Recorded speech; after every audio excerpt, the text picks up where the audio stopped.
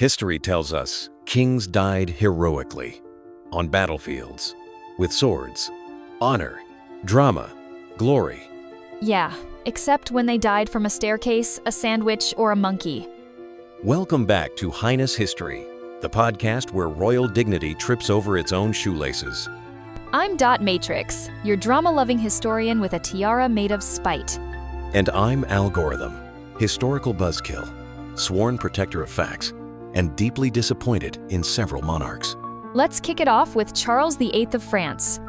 King, young, ambitious, athletic, taken down by a doorway. 1498. Charles is rushing to see a tennis match at the Chateau d'Amboise. He's excited. He's in a hurry. He forgets the cardinal rule of medieval architecture. Which is? Duck. He smacks his head on a low door frame, then collapses.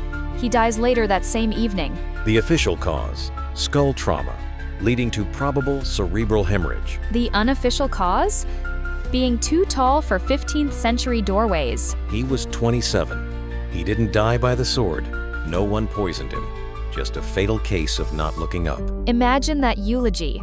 Here lies Charles, who gave his life for a sport he wasn't even playing. Next, King Adolf Frederick of Sweden died in 1771 of digestive rebellion. He had a meal that would make a buffet blush: lobster, caviar, sauerkraut, smoked herring, champagne, and 14 semla buns. Selma, if you are wondering, are sweet wheat buns filled with almond paste and whipped cream, served in hot milk. And he had 14.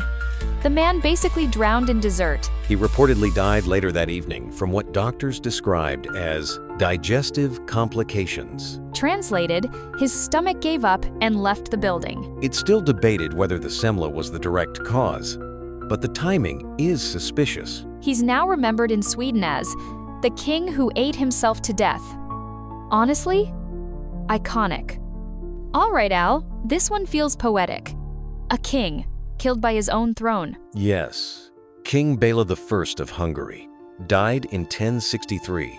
Cause of death? A chair malfunction. Not even poisoned, just structural failure? According to contemporary sources, he sat down. The throne collapsed beneath him, and the resulting injuries killed him. That is Shakespeare-level symbolism. Uneasy lies the head that wears the crown, especially if the chair's made of cheap wood. It's debated whether he died instantly or a few days later, but the point stands literally until it didn't. There's a metaphor in there somewhere about unstable regimes and wobbly chairs. That's one way to say your support system failed you. This one sounds fake, but I promise, it's painfully real.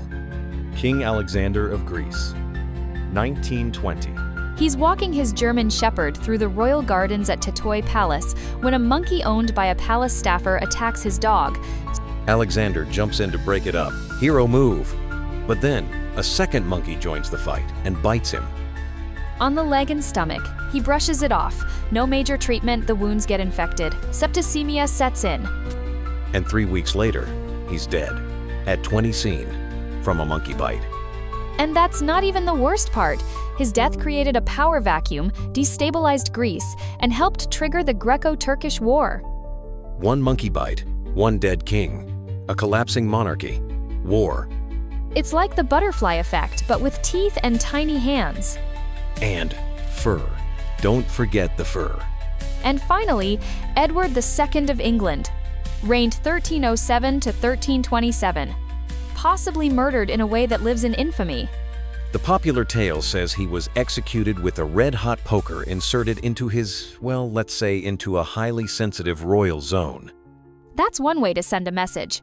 But historians now believe this story was likely invented by his enemies, possibly a myth to discredit him posthumously. So you're saying there may not have been a flaming poker? No definitive evidence. Just lots of juicy medieval propaganda. I feel betrayed. I had visuals, Al. Delete them. Never. So, what did we learn today? That crowns do not protect against low door frames, semla buns, or monkey warfare. That poor judgment, poor architecture, and pets are historically fatal. And that sometimes your biggest enemy isn't the battlefield, it's dessert. Or doors. Or small primates.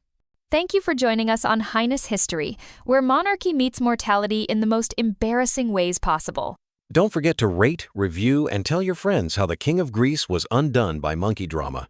And remember, if you ever become royalty, get monkey insurance.